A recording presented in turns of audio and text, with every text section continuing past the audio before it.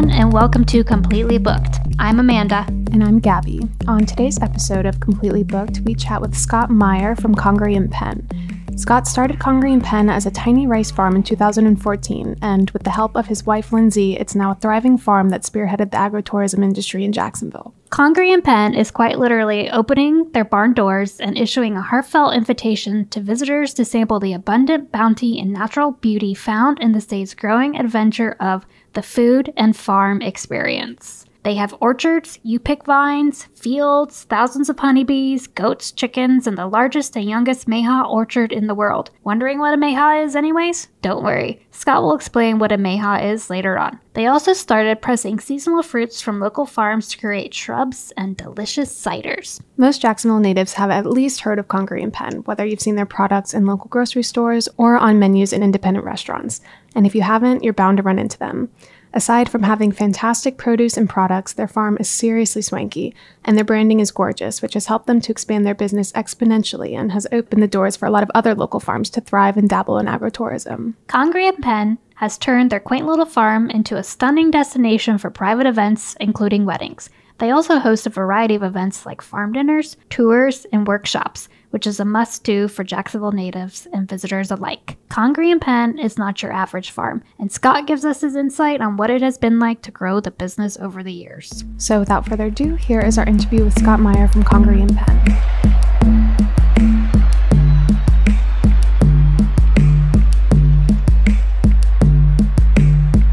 Welcome, Scott. We're so excited to have you here. Yeah, well, thank you for having me here, Amanda. It's very nice to be downtown and at the incredible library we just walked through with all sorts of things to do down there. Yeah, it is like a lot of people don't know about all the amazing things happening down here, so you got to make sure you spread the word. My thought was it was going to be just books, classic library, but there's 3D printers and sewing machines, and I heard there's guitar lessons and a whole world down here. An art gallery. Definitely. Yeah. Just have to overcome the parking, and then the world is yours. Yeah.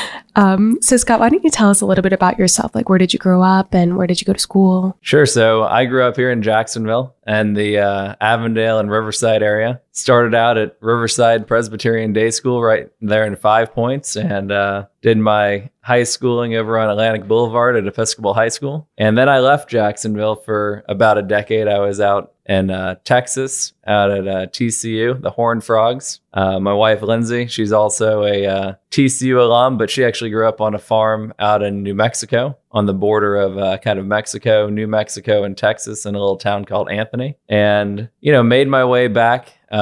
Worked out in Wyoming for a while as a field biologist, and then back in school down at the University of Miami's Rosenstiel School for Marine and Atmospheric Sciences. And that got me back to Florida, and I eventually made my way all the way north back to Jacksonville. And I was really impressed with a lot of things that are going on in the city. You're always finding out new things that are better than you remember them. Definitely. Like the library. Yeah. And that's kind of my roundabout journey back home to Jacksonville. And since 2014, developing everything that we're doing out at Congaree and Penn and trying to integrate, with all the great chefs that are doing things here in town and getting people out to the farm. Jacksonville also changed a lot from the days when I was, 5-10 years old to today. A lot less green space. But, my goal with getting people onto the farm is getting them out there connected to not only, the food system, but even just out into nature. We have a lot of river and ocean and beach, but we've got a lot of great interior in Jacksonville as well. Some countryside, if you will. And a lot of people don't know that much about that. So what inspired Congaree and Penn? Like, what made you decide to pick that land and start your own farm? So, the land was something my father had been doing landscape trees on. And,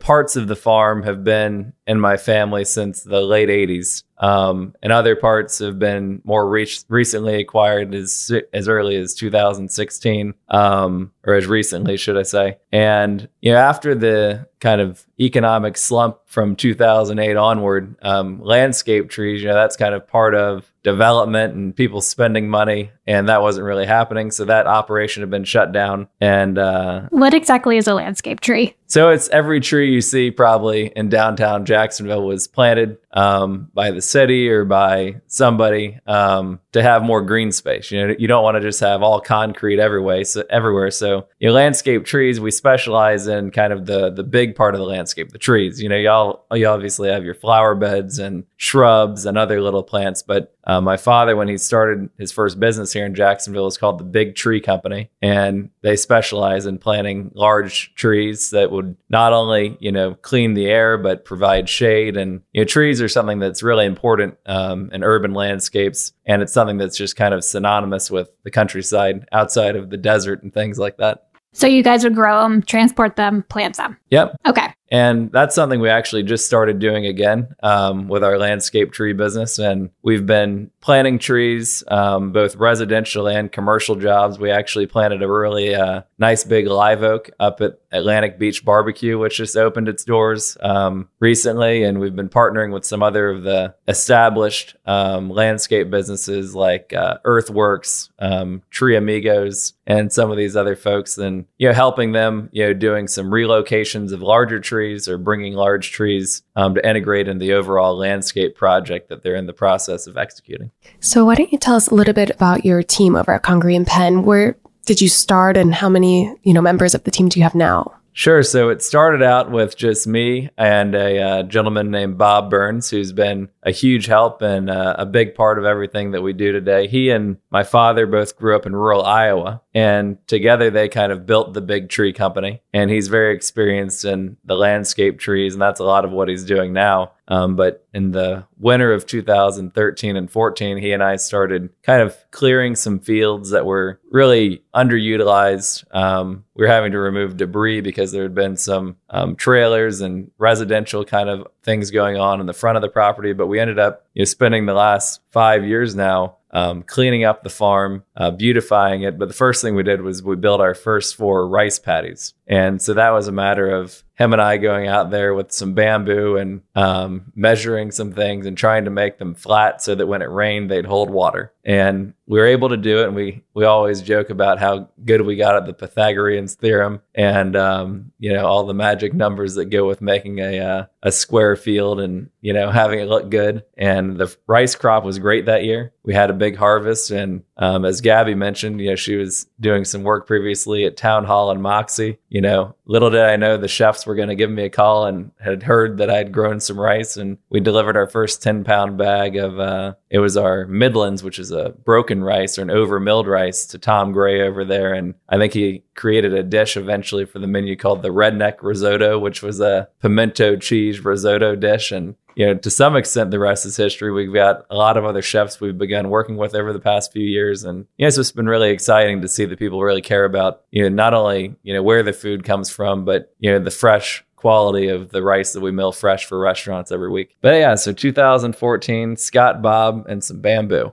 And maybe some tape, and we measured out the fields, but it quickly grew from there. But really the last couple of years has been where we've been growing the team more and more. And the first person to kind of come on and start helping us was my friend Amy O'Hoyt, and now she's actually working on a sustainable beef ranch in Montana with her parents. And I'd hope to think that some of that, passion for food, she had already been, I remember back in college, been volunteering at some different farms out in Texas and learning more. And she's doing really great things up there in Montana now. And without my wife, Lindsay, she's kind of done all of our branding, been a huge, support for me, and just always keeping us, on the right track. She really kind of is the final say on most everything that we do, everything that we're out there selling and marketing. And she does everything from graphic design, marketing. So she's been on the team, since the very beginning. When you probably were receiving the rice out at Moxie, that was our first iteration, was a stamped craft paper bag where we'd be able to fit 10 pounds of rice into it. And since then, as we've, been able to scale up some of our operations, the packaging design that she's been able to do is always kind of set our products apart. So as long as we make something good, people are definitely going to have their eye caught by the packaging. And really it was a small team. It was, Lindsay, myself, we had a friend Amy involved for a while. And we've had a number of folks working with us over the years, helping out kind of first with the rice milling, and then eventually, actually getting some more help actually on the farm. The last 5 years, we've kind of gone from Scott, Bob, and Lindsay to about a team of 15 people. And I was actually, the reason I know this is, well, I should probably know it, but it's hard to have all the numbers in your head at once. But I was having a workman's comp audit asking about the different roles people do and how many people are focused in each role. And it really is about 5 people that help with everything that we do with regard to food, whether it be some of the dinners we do at the farm, to milling the rice, helping keg the cider, making the jams and jellies. It's about 5 folks that are doing that. And then out in the field, working, doing some of the landscape tree installation, pulling weeds, all those good things. There's another about 5 people doing that. And then helping to coordinate a lot of the sales and deliveries and marketing and kind of that sort of thing is about another 5 people. So, pretty much equally dispersed throughout the business. And, it's a great team. We're actually all competing in the Kingfish tournament this week. So it's something that I try to get everyone, out there on the water and doing something different, get them off the farm every once in a while. So it should be a lot of fun. So what other things are you growing at Congaree and Penn now? Yeah, so, the rice was kind of just the jumping off point, and really the milling of the rice has kind of evolved us into being interested in, doing very natural, low amounts of processing, but doing added value to the food products that we grow. So immediately I kind of thought back, okay, well, if we're going to be kind of a small scale food manufacturer, what do I remember, growing up? My dad grew all sorts of magnolias and live oaks and elms and hollies and all these great trees for the landscape. But what I really remember are these small fruit-bearing hawthorns, the Mayhaw trees. So we kind of looked at, let's maybe try growing these. So when I was about 5 or 6 years old, he'd planted about 700 of these trees, and we'd gone out and you harvest these bright red little berries. Technically, they're called a haw. That's the fruit of the hawthorn. And they call it a Mayhaw because it's ripe in May. But I remember going and getting them. And then I remember, a couple weeks later, I don't remember ever anyone making the jelly, but all of a sudden there was the Mayhaw jelly in the pantry, and we had it with some biscuits, and it's an incredible flavor. And so it's something I wanted to get back into, is growing this Mayhaw tree. And, with my experience down at the University of Miami and fish farming is what I was focused on down there. But the first thing you do is, what's native to here? What actually grows wild here? You don't want to be growing, salmon down in Key West, and you don't want to be growing, mahi at the North Pole. The Mayhaw is an indigenous plant to the Southeast. And to me, that was kind of a big jumping off point, and getting involved with slow food and trying to kind of do some of these things that are, whether they're heritage or heirloom or just not really being pursued by the large commercial monoculture that you see throughout the country. It's something I wanted to kind of focus on and put a lot of passion into. And we've slowly, established more and more acres planted into this Mayhaw. We've begun learning more uses beyond just the jelly. We released our first Mayhaw hard cider that we made at the farm this year, which went over really well. I think we ran out in like a day and a half. But it's a very cool crop. We've also started growing blackberries, which is another indigenous plant here in the Southeast and actually throughout the Eastern United States. Experimenting also with olive trees. And then we just found out that figs perform really well here. We planted about 75 fig trees back in 2017. And then we had a pretty nice yield last year. And at that point, I started planning on planting some more. And then we've been harvesting even a bunch again. Like right now it's July, and we're getting, buckets and buckets of these figs out, making them into just a natural fig preserve. And I just planted another 160 fig trees this springtime, so that we'll have more and more figs every July, with the end goal of actually being open for picking, so that people could come out and pick their own figs to take home and eat fresh, or to make into any sort of thing. Yum. I love figs.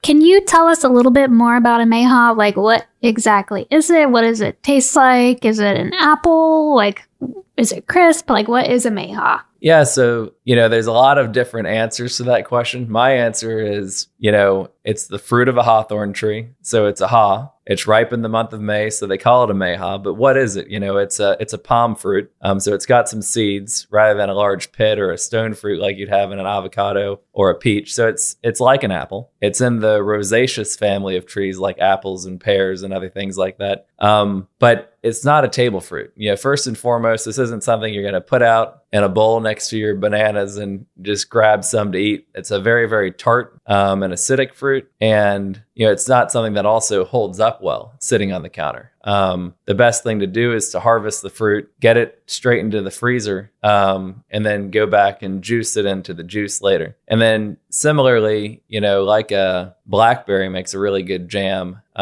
There's not like this textural quality that you really want to like keep alive. It's really just about getting that juice out of it. So it's gonna be a lot more similar, to a cranberry, in my opinion. As far as a use, you have a really strong flavored juice. Also, pomegranates, you get a lot of stuff with the pomegranate seeds and stuff, but really the end product a lot of the time like is that juice. It's very nutrient dense, really healthy, and has a really strong and different flavor. And so I think the biggest thing to me about the Mayhaw that's important is it's one of the only completely indigenous fruit bearing trees that performs really well in Jacksonville. We're a little bit too far north for your citrus, we're a little too far south for having really good pecan yields, and it's something that is just really unique, and a lot of people haven't ever tasted it before, and most people that do, they fall in love with it right away. So on that note, let's take a quick break and check in with our producer, Justin. Hey listeners, I wanted to let you know about an upcoming author talk with Craig Pittman on his New York Times best-selling book, Oh, Florida. Author and journalist Craig Pittman tells us how Florida is both a paradise and a punchline. He recounts some of the wilder stories from Florida's history and culture, and also shows us how Florida has affected life throughout the United States. Join us on Saturday, August 31st at 1 p.m. Now we return to the podcast. And maybe tell us a little bit more about the day-to-day farm tours that you guys do, and then the special events that you hold.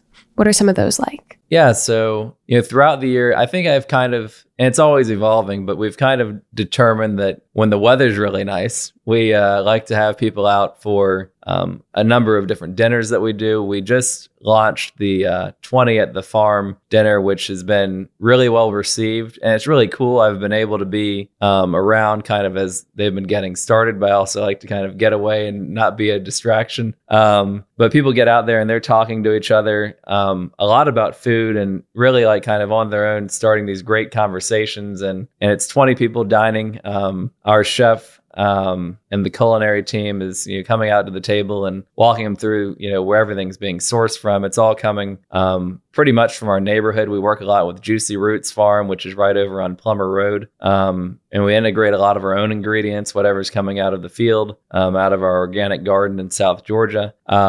And then also we've been doing the Farmer's Table Dinner series, which is going into its third season, and that's something we do in partnership with Edible Northeast Florida. And what's cool is we're able to bring in some chefs from Jacksonville, but also from around the country. Our last dinner was with Eduardo Jordan, who was doing research for his new restaurant in Seattle and came across us and has been sourcing fresh milled rice from us ever since. And we're able to bring him to Jacksonville and show him around. And Lindsay and I actually had him over for dinner the night before the dinner and cooked a lot of the red chili from her farm, her family's farm out in New Mexico, which was really cool. And then the tours, we've been doing the early farm tours. We'd kind of be like, well, people were like, we met them at the farmer's market. They're like, we'd love to do a tour. Y'all need to do tours. So we would post online, there's going to be a tour today at 3:00, sign up. And then there'd be like 4 or 5 people there. There's like not any like bathrooms or anything at the farm. And I'd just meet people there and we'd go on a walk and I'd tell them all about what we're doing. And, that slowly evolved as we've been able to, build out the Quonset Hut to have the little farm store and restrooms. And we have some wagons now where people can hop on and you're able to see a lot more of the farm. And it's a really cool experience. A Quonset what? Can you explain to our listeners what that is? Yeah, so the Quonset Hut, that was the facility we built starting in 2015 and kind of completing in the beginning of 2016, which houses all of our rice milling, our test kitchen, our cider production space, where we host events and dinners and things like that. And it's a Quonset Hut, so it's a large steel, upside down horseshoe shaped building. It's very cool looking. It's synonymous with kind of like airplane hangars. Yeah. And it was developed as, kind of the largest interior footprint with the least amount of steel is how they developed the design for that structure, which was a necessity of World War II. So they were trying to figure out how do we make large structures with very little amounts of steel. So the actual exterior walls are actually also the structural integrity of the building. Very cool. I was just out there like 2 weekends ago for a private event. I don't know if our listeners know this, but you can actually rent out the farm for like birthday parties or graduation parties and have a dinner. We had like a farm dinner, and we went on a private tractor ride, and we picked blackberries, and we met the goats, and then we had like a farm cake. And I remember coming back to the office, this is before you had confirmed to come on the podcast, and I was like, that was the best meal I've had in Jacksonville in like, I can't remember. Like, it was just so delicious. There was like cornbread that had like pepper in it, and there was this brisket, and there was like a caprese type salad and a pasta salad. It was so unbelievable. I was so impressed. And I eat out a lot. Like, I'm always out eating. Like, I just could not believe how delicious. And I had to tell the chef, I was like, this is hands down amazing. You guys are doing amazing things out here. Well, thank you very much. And a lot of that, that's coming from Chef Daniel Jordan, who's been with us, going on a year this winter time. And he's awesome and super talented, and everything he cooks is just phenomenal. And I mean, being someone who prides himself on the quality of the ingredients that we sell to other restaurants and to different retailers like Grassroots and Native Son, if we're going to do something, that has anything to do with food, we want to hit it out of the park, and we've got a great team. Gosh, you guys really are doing that really, really well. And your cider. I'm not even really a cider person. Usually if I go somewhere, I'll get a beer. But now if I see your farm ciders on the menu, I'm like, the cider, please. Can you tell us a little bit about those? I mean, they're so delicious. I think they have their own Instagram. Yeah, they've got their own Instagram, which is the brainchild of Lindsay again. And the cider itself is kind of my newest baby that I've been working on. We established the farm, back in 2014 with the idea that our rice would be fermented and made into sake. And so it's kind of the vision all along to kind of take on this agritourism type winery business model, which is now, with the tours and the dinners and events and things, kind of like a large part of what we do outside of the production and everything else. And that was our vision. But as we diversified into growing these other really awesome fruits and doing some beekeeping, and now we're partners with Bee Friends Farm here in Jacksonville, and they actually keep a lot of the bees on the farm for us. They kind of come in and make their way back out to California to pollinate almonds, and they come back around. But what they're mainly doing at the farm is they're out getting the beautiful honey flow off the gallberry holly, which is an indigenous plant that's really important to our bees and pollinators here in Northeast Florida. And that was the first cider we developed, was gallberry cider, and that's just made with apples, honey, and yeast. And so with a lot of the things that we do, both in keeping things just really simple and letting just the best of what Northeast Florida has to offer speak for itself. The ciders to me were a better vessel to really promote these different fruits and things that people aren't familiar with. With the Mayhaw cider, that was a no-brainer. However, our crop is still pretty small, so we save most of our Mayhaws for jelly making. But the other cider we have out in the market around Jacksonville is the Noble cider. Yeah, that's my jam. That one's good. That's my favorite one as well. And that's Noble. It's the Noble muscadine grape. So it's a really small, very dark-skinned muscadine grape, but it produces a really bright kind of pink guava-colored juice, and has the best flavor of all the grapes we grow. We grow 3 different varieties of muscadines, which you can come out and pick at the farm every August. We do a U-pick. But with the cider, my goal was to do just that, make these ciders that the flavor of these fruits that are indigenous or honey coming from these native plants just really speaks for itself. But I also didn't want to be having to make those great things overcome, the shortcomings of the main ingredient, which is apples. So I ended up, I've been out in Portland, Oregon, out in Michigan, where all these people have, they're just spoiled out there. They've got the best apples. They've got the best hard cider. You go down to any general store and it's like the best cider you can get your hands on. So the large part of that is, fresh pressed apple juice, being close to the apple orchards. And the biggest challenge for me was trying to solve, how do I bring that freshness, to the Jacksonville market? There's not going to be a successful apple orchard in Jacksonville anytime soon, but we're able to partner with a winery up in Michigan. And what they do is they're going to take those apples just like I want, fresh from the field. They're going to press them. The product stays cold all the way to the finish line, and they ferment it up there so that we don't have to use a lot of stabilizers and things to keep that from fermenting wild, the juice. And so we end up with a completely dry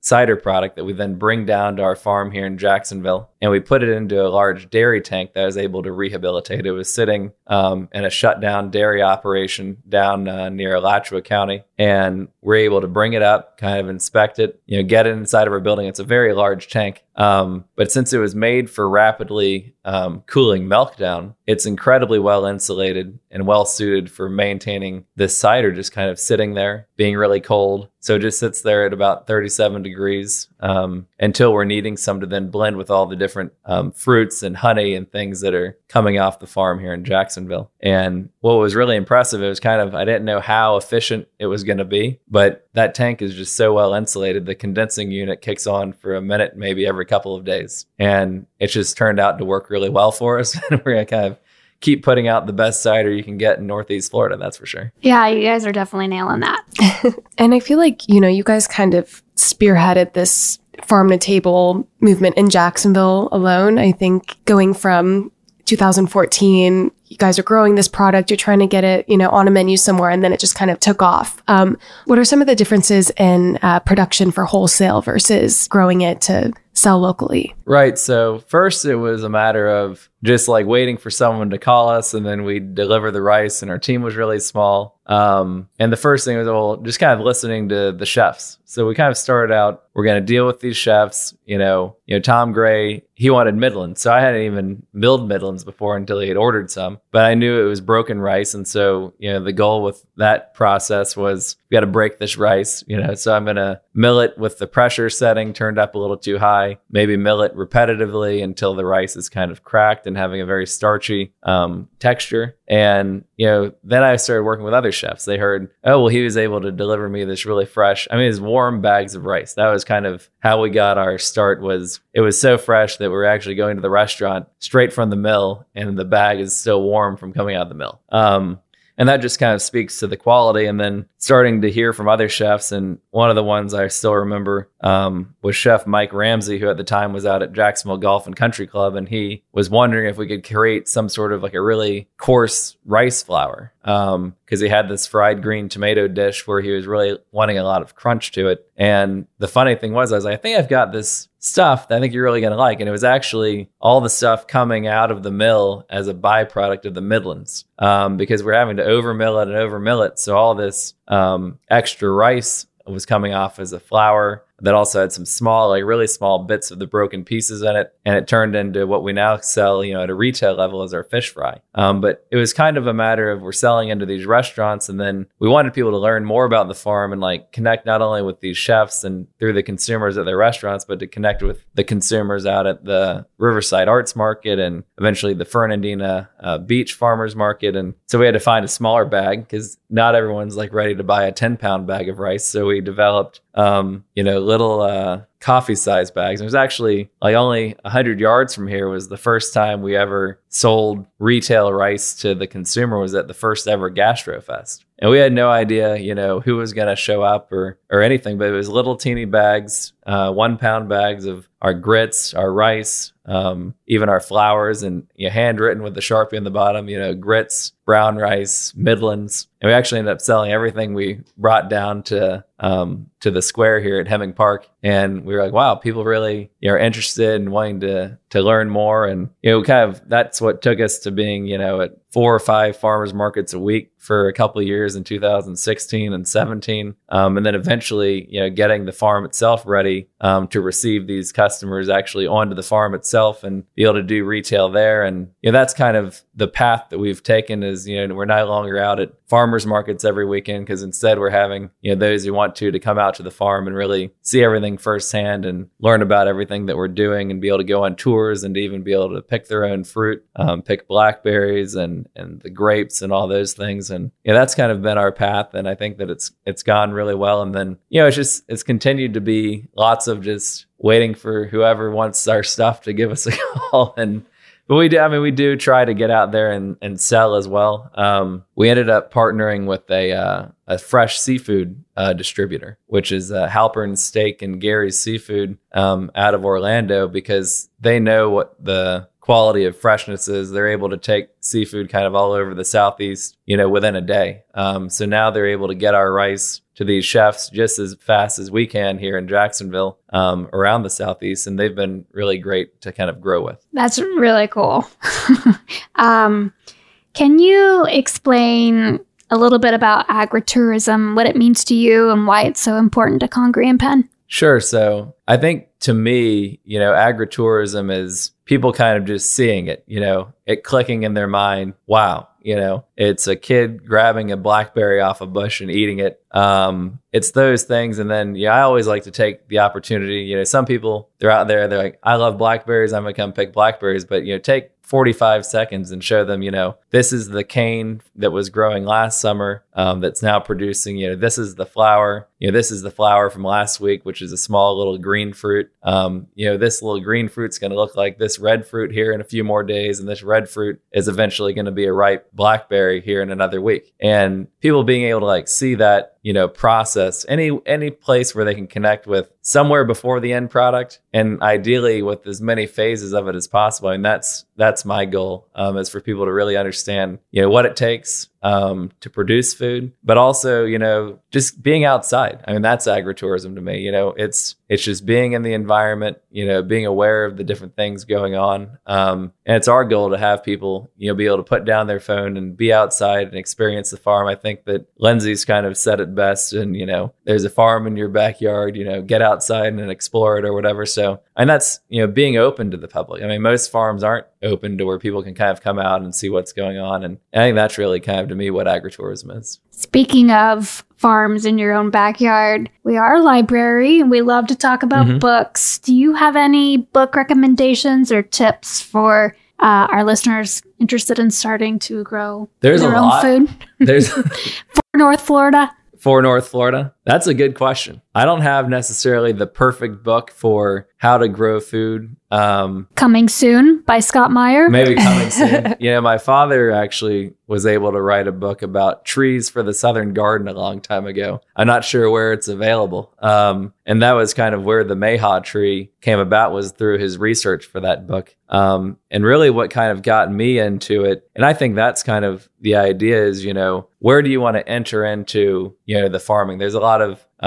people that might be thinking about cooking and then having that kind of connecting you back. So Whitney Otaka, who's the chef at the Grayfield Inn up in Cumberland Island, she's releasing a book. So I'm going to the book doesn't even exist yet, but I think this would be a really cool book because they actually have their own farm and garden, right there on Cumberland Island. And it's a cookbook, and it's all the different things that they're growing right here in Northeast Florida, South Georgia. And I think that would be really cool. What actually got me into growing rice and deciding I'm going to go plant rice was a book called Releasing the Inner Toji. And that's actually a book on sake making. But I went, cover to cover. It was actually, it's a completely almost like scientific book on this is how you go from raw rice to, the best sake you could ever make. And it's a little bit scientific, but it was like a real page turner. It's like, wow, this is like incredible. That book was incredible. And then another one for me, which is a classic Florida book, is A Land Remembered. Are y'all familiar with that? It's like the synonymous Florida novel. So it kind of goes a little bit multi-generational of someone leaving rural Georgia, coming into Florida, kind of trying to make it. There's some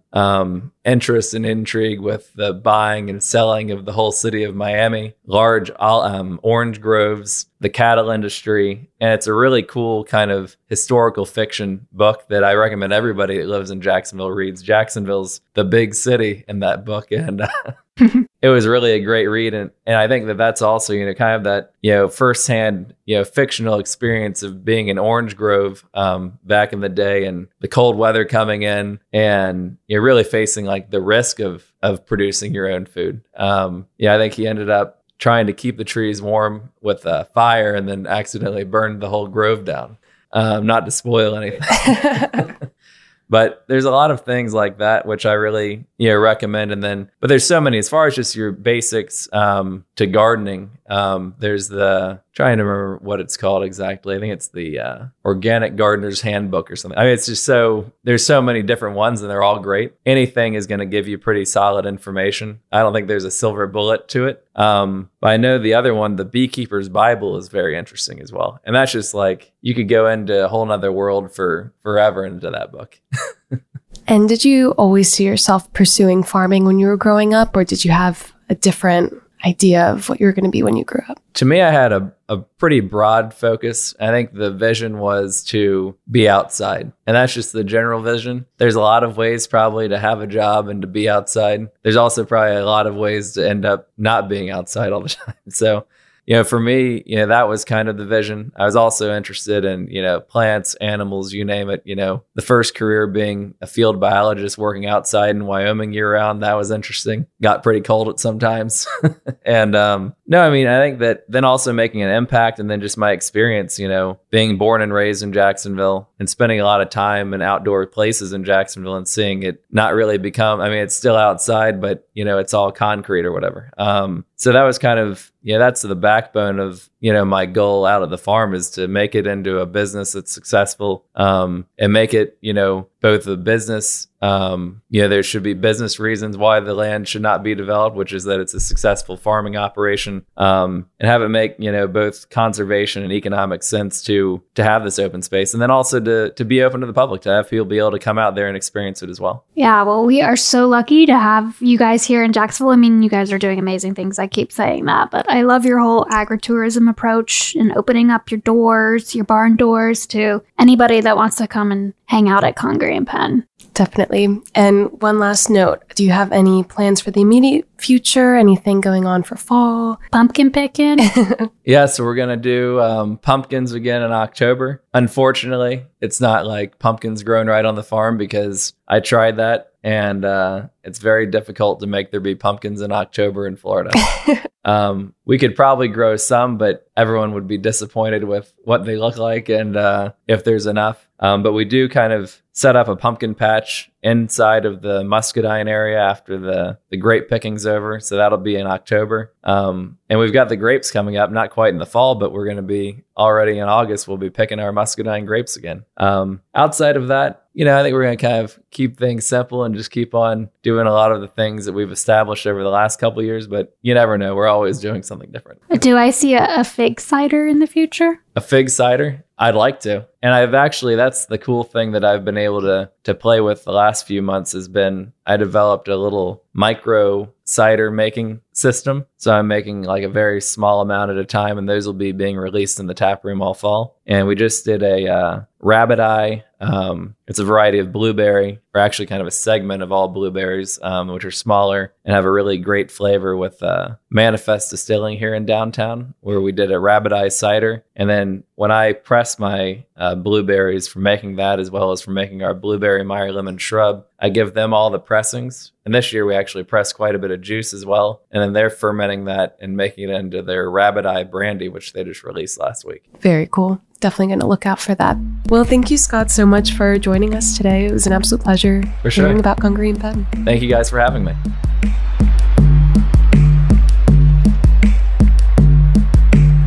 Thank you guys so much for tuning in to Completely Booked this week. We hope you guys enjoyed hearing Scott's insight on agritourism and building your brand as a local farm right here in Jacksonville. If you're interested in growing your own produce at home, the library has tons of material for you to check out and help you improve your green thumb. So be sure to check out our Congaree and Penn blog post for Scott's book recommendations, as well as some of our own at jackspubliclibrary.org. Also, we highly encourage you to go visit Congaree and Penn if you haven't before. Whether it's a farm tour, you pick, or intimate dinner event, it's definitely one of the most unique experiences you can have here in Jacksonville. Plus, muscadine grapevines are available for picking starting August 1st through September, so you don't want to miss that. You can find more information about the farm at congareeandpenn.com, including event and tour dates, plus products you can try at home. And before we sign off, we wanted to give a huge thanks to Community First Credit Union. Every summer, the Jacksonville Public Library holds our annual High Five fundraiser to raise money for our extremely popular and valuable summer learning program. Our partner, Community First, helped us raise $7,125 that will go straight to materials for next summer's reading program and help kids right here in Jacksonville stay intellectually engaged during their break from school. So thanks so much, Community First, and everyone else who donated. And until next time, I'm Gabby. And I'm Amanda. Bye, guys.